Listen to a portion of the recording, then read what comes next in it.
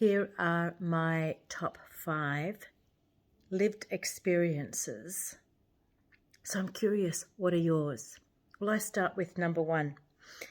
Well, it's about the impossible. Who created the word impossible? That is the dumbest word that I have ever heard. Why? Because what makes it impossible? It doesn't mean that just because somebody else hasn't done it, it can't be done. You can be the first. Think about how many times you have actually done something for the first time and you've been surprised with yourself. That's not impossible, is it? So, number 2, happiness. It's an interesting word. You see, happiness is usually attached to an outcome. If I do this, I'll be happy. If I get this, I'm going to be happy. So I often talk about the word joy. Well, you see, joy is actually a way of being. It's not attached to an outcome. And so I often say, I live a life of joy. It doesn't mean that I don't have difficulties or challenges, but I enjoy everything that I'm doing. Number 3, it is success. Know what success actually means to you. It's going to be different for everybody. So be clear on what that is. What is it that you're actually searching for? What are you striving for?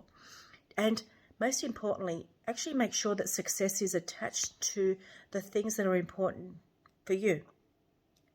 And don't put yourself in a position where you'll actually regret doing whatever it is to get you success. Number 4, know who you are. I get asked that a lot.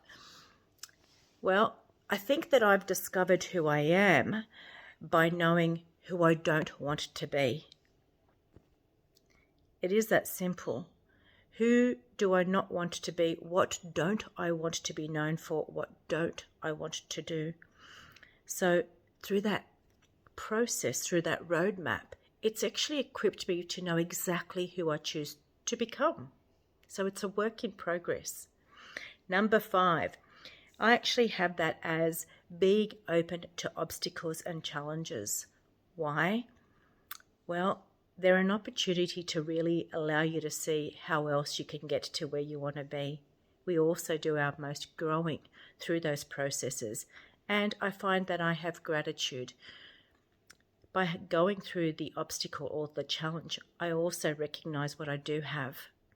Gratitude is a big part of my discovery. And I know that I've said 5, but I want to actually add in one more. Number 6. Why? Well, it's one for good measure. And it's actually about understanding why we even have a glass ceiling, or any ceiling for that matter. See, that again actually creates a limit belief. We don't need to have a ceiling, because that actually brings me back to point number 1, which makes things impossible.